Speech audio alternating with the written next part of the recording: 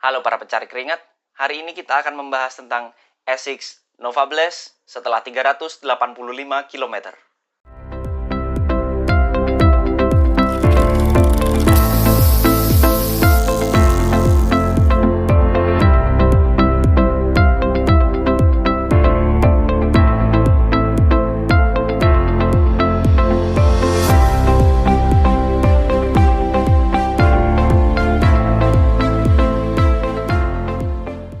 Hari ini saya tidak akan mereview sepatu ini sendiri karena saya akan ditemani oleh Andrian Permana yang mana dia juga user dari Essex Nova Blast. Sekarang kita hubungi Andrian Permana. Selamat datang Mas Andrian Permana. Terima kasih banyak sudah mau join di sini. Terima kasih atas undangannya. Ya, jadi hari ini kita akan ngobrolin masalah Essex Nova Blast. Jadi kebetulan kita berdua punya Essex Nova Blast, kita user Essex Nova Blast. Kemudian sepatu ini sudah digunakan sejauh 100 km. Sedangkan Mas Andrian Permana sudah berapa kilometer tadi? Ya, ini sudah sekitar 380 sampai 390 km. Oh, hampir 400 ya. Jadi jaraknya udah jauh banget lah kalau dibandingkan dengan Essex saya. Fun fact, jadi sebenarnya ini adalah sepatu Mas Andrian Permana. Kemudian merasa harus downsize setengah size ya. Kemudian ditawarkan ke saya dan akhirnya saya cocok, akhirnya saya beli. Jadi sebelumnya ini udah dipakai duluan oleh Mas Andrian Permana. Terus Mas Andrian Permana akhirnya beli sepatu lagi, tapi Essex Nova Blast lagi. Nah, serinya agak beda nih kalau yang saya original series. Kalau Mas Andrian Permana series apa ya? Jadi ini kebetulan saya beli yang versi Edo Tokyo. Oke. Jadi dia untuk memperingati apa ya, kalau nggak salah Olimpik 2020 harusnya Olimpik di Tokyo 2020 harusnya di Jepang kan. Iya. Jadi saya tertarik banget buat bahas ini karena memang Essex Nova Blast ini banyak banget reviewer dalam maupun luar negeri yang menyatakan bahwa best daily trainer in 2020 gitu ya. Karena memang versatile banget, bisa banget diajak santai, bisa banget diajak kebut-kebutan mulai dari easy run sampai threshold run, bahkan long run juga banyak banget yang suka sama Essex Nova Blast ini. Dan kalau menurut Mas Andrian Permana gimana? Jadi jujur sepatu ini saya pakai untuk semua kegiatan ya, karena saya juga nggak punya banyak sepatu lari. Jadi ini satu sepatu untuk semua kegiatan lari saya lah, mulai dari recovery run, easy run, sampai time trial. Paling jauh ini saya pakai jarak half marathon. Jadi kalau menurut Mas Andrian mulai dari buat jarak pendek, pernah juga dipakai jarak pendek kan ya? Iya, pernah. Nah, kalau sepatu ini dipakai jarak pendek sama jarak jauh, enak mana sih sebenarnya, peruntukannya lebih cocok di mana?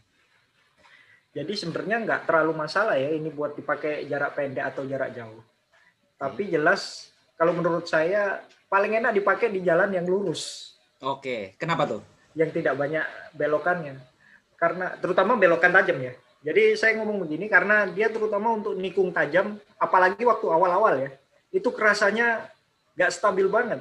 Ya. Oke. Jadi karena memang sepatu Essex Nova Blast ini kan empuk banget ya, jadi agak bisa dibilang bukan agak lagi, bisa dibilang sangat kurang stabil lah kalau untuk gerakan gesit gitu, karena dia empuk banget sehingga pada saat kita butuh gerakan yang gesit tuh agak sulit gitu ya, kerasa banget unstable. Kalau midsole-nya sendiri gimana, Mas Andrian? Jadi midsole ya seperti yang saya katakan tadi ya, saya sudah coba beberapa sepatu sebelumnya, Turbo 2, bahkan sepatu-sepatu lokal juga, Pegasus 37 juga, dan ini menurut saya adalah yang paling bouncy. Mungkin kalau kita bahas sepatu lain seperti yang kita sebut Turbo lah ya, Turbo 2 itu dia responsif atau snappy. Kalau ini tuh dia bouncy, istilahnya ketika kaki kita strike di tanah, dia ada efek mantulnya dulu. Ada efek kayak kita sempat tenggelam sebentar, langsung mantul baliknya cepat. Jadi uniknya sepatu ini tuh memang empuk, tapi nggak kayak sepatu high cushion yang lain. Jadi kalau high cushion yang lain tuh empuk, kemudian kita feel-nya itu kayak tenggelam gitu. Nah, dia respon baliknya nggak cepat. Jadi kayak betul. Kaki kita itu bukan malah mantul, tapi malah kayak ketarik. Iya, betul. Kayak kita berdiri di atas pasir gitu. Iya, tenggelam betul. Dia. Dan sepatu ini itu pantulannya luar biasa. Dia kayak menyerap kaki kita, kemudian dipantulkan kembali. Nah, itu yang sangat luar biasa dari midsole FF Blast-nya dari Asics ini. Sekarang kita bahas masalah outsole-nya nih. Nah, kalau outsole-nya Mas Andrian yang sepatunya udah hampir 400 km itu kayak gimana? Udah hancur? Udah gimana? Jadi seperti yang bisa teman-teman lihat sendiri ya, masih sisa banyak. Masih bagus ya? Iya. Iya, masih lumayan banyak dia sisanya. Jadi saya yakin ini sepatu bisa bertahan mungkin sampai 600 kilo ke atas. Oke. Begitu. Jadi dan ini pun gripnya bagus. Cuma mungkin karena sudah sering saya pakai, wajar lah agak terkikis. Jadinya kalau untuk sekarang ya gripnya makin lama makin turun. Tapi yang pasti masih sangat tebal sekali sisanya. Jadi menurut saya masih bisa dipakai ya sekitar sampai 600 kilo ke atas. Oke. Jadi sekali. Sebenarnya saya nggak kaget ya kalau durability-nya, karena saya 100 km aja hampir nggak ada bedanya sama baru. Jadi tipis banget kekikisnya itu tipis banget. Jadi ini salah satu outsole dengan durability terbaik sih menurut saya. Belum pernah saya menemuin durability-nya sebaik Asics Nova Blast ini.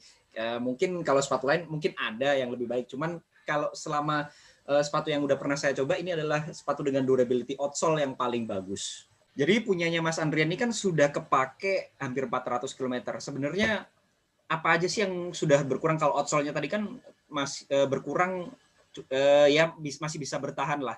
Jadi durability-nya cukup bagus. Kalau bagian upper ada yang ini nggak, Mas Andrian? Ada yang kurang? Jadi secara umum sih ya, outsole masih bagus. Terus terkait midsole-nya, kalau midsole-nya masih sama seperti pertama kali saya pakai, saya rasakan seperti itu. Bahkan lebih stabil, mungkin karena sudah mulai kekompres dikit, tapi jadinya lebih stabil. Karena udah agak kekompres dikit ya? Iya, jadi ya seperti yang kita ketahui ya, namanya midsole mungkin yang, apalagi yang bounce-nya besar, maksudnya bounce-nya empuk banget, dia punya kecenderungan pasti makin lama, semakin sering dipakai, semakin jauh dipakai, pasti agak kekompres dikit ya. Nah, malah yang punya saya ini, upper-nya dulu yang kalah duluan. Oke. Jadi upper punya saya ini, nah tapi ini juga ada faktor utamanya, salah satu faktor utama sih menurut saya. Jadi pernah saya pakai half marathon, sudah 3 kali, 4 kali saya pakai half marathon.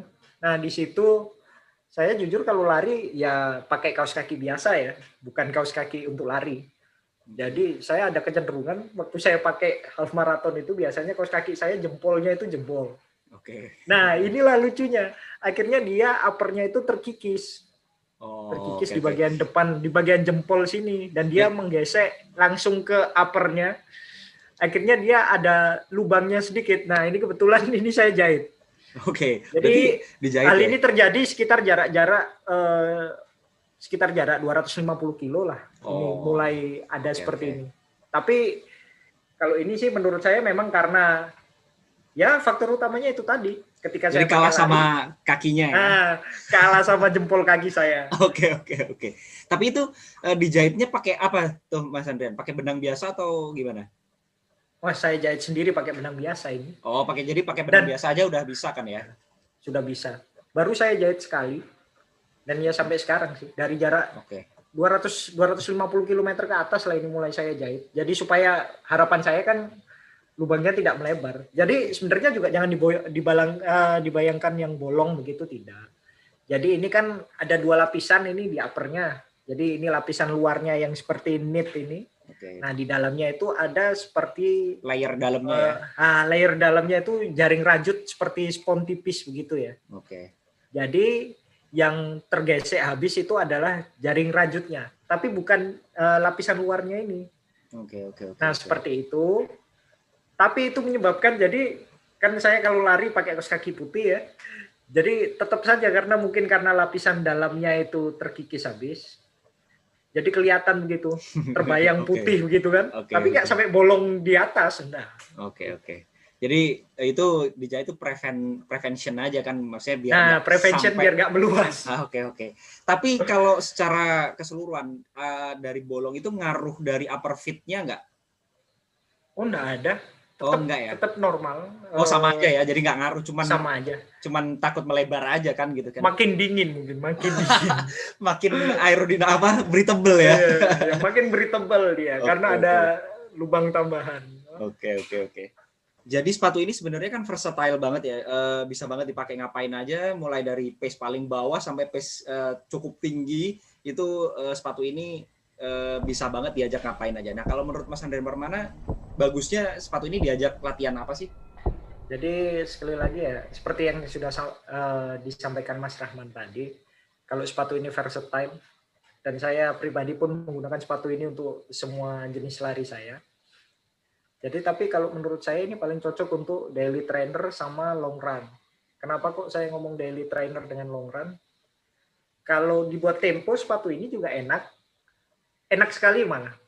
Cuma dia kelemahannya adalah mungkin kalau sepatu tempo preferensi kita itu kita lebih senang sepatu yang lebih ringan. Ringan, betul. Lebih ringan. Nah, dengan dia midsole stake-nya yang cukup tinggi, jadi menurut saya ini bagus sih untuk bangun bahasanya itu base mile kita. Oke. Kekuatan kita sehari-hari lah, untuk membangun kekuatan kita sehari-hari, kita lari. Lalu kenapa saya juga sampaikan long run? Nah, sekali lagi sama alasannya, midsole yang tebal. Jadi ini jujur kalau kita lari di atasnya, kita nggak merasakan tanah sama sekali. Sama sih. sekali, ada betul. Ground sama contact-nya sekali. tuh minim banget. Minim sekali. Jadi Kayak ini terbang. sebenarnya jadi ini sepatu sebenarnya nyaman sekali kalau buat lari jarak jauh. Untuk size guide-nya sendiri buat teman-teman yang mau cari sepatu Essex Nova Blast ini, jangan lupa untuk turun setengah ukuran, jadi downsize. Menurut pengalaman Mas Andrian Permana, dia juga pakai true size malah kelebihan, malah akhirnya ditawarkan ke saya. Untungnya saya cocok dan Jadi memang iya. Ya itulah. Dia roomy sekali dia di bagian depannya ini. Jadi waktu saya pakai untuk sesuai ukuran saya biasa sepatu, mungkin di Nike saya biasa pakai 42 ya. Tapi di sini kerasa wah, longgar sekali, kanan kiri bahkan depannya pun longgar. Betul. Ini Seperti sepatu itu. ini jadi roomy banget. Jadi mungkin kelihatannya kalau kayak gini nggak terlalu ini ya lebar kelihatannya. Tapi sebenarnya ini roomy banget. Jadi dia udah lebar, tinggi. Jadi bagi teman-teman yang kakinya lebar, Kakinya itu nggak usah besar, takut. iya. Kakinya besar, kakinya lebar, nggak usah takut bakal kesempitan karena benar-benar diakomodir sama sepatu Essex Nova Blast ini. Untuk harga, Mas Andrian dapat sepatunya dulu pertama kali yang beli ini berapa dapatnya? Dulu ya saya belinya di salah satu ini ya, gerai toko online ya. Saya dapatnya waktu itu 1.900.000 kurang 1.000. Oke. Lalu dengan yang versi khususnya ini, versi special editionnya Tokyo-nya itu. Edo Tokyo ini, saya dapatnya 2 juta kurang 1.000 ini dulu. Oh, jadi beda hampir 100 ribuan lah ya? Nah, beda Cuman 100.000.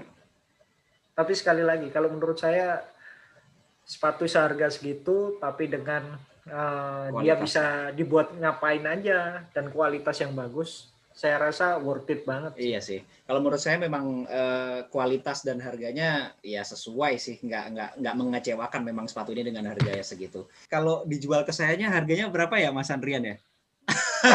Harga temen ya? Aduh, harga temen. Oke. Kacau diperas saya itu. Enggak ya. Terakhir nih, kalimat apa yang bisa mewakili sepatu Essex Nova Blast ini? Fungsi habis. Oke. Ya emang bonus abis sih.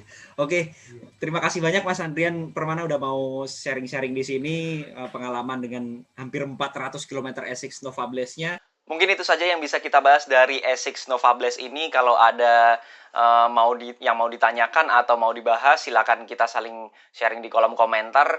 Jangan lupa subscribe channel ini biar saya selalu semangat untuk mengupload video-video yang bermanfaat buat teman-teman sekalian. Assalamualaikum warahmatullahi wabarakatuh.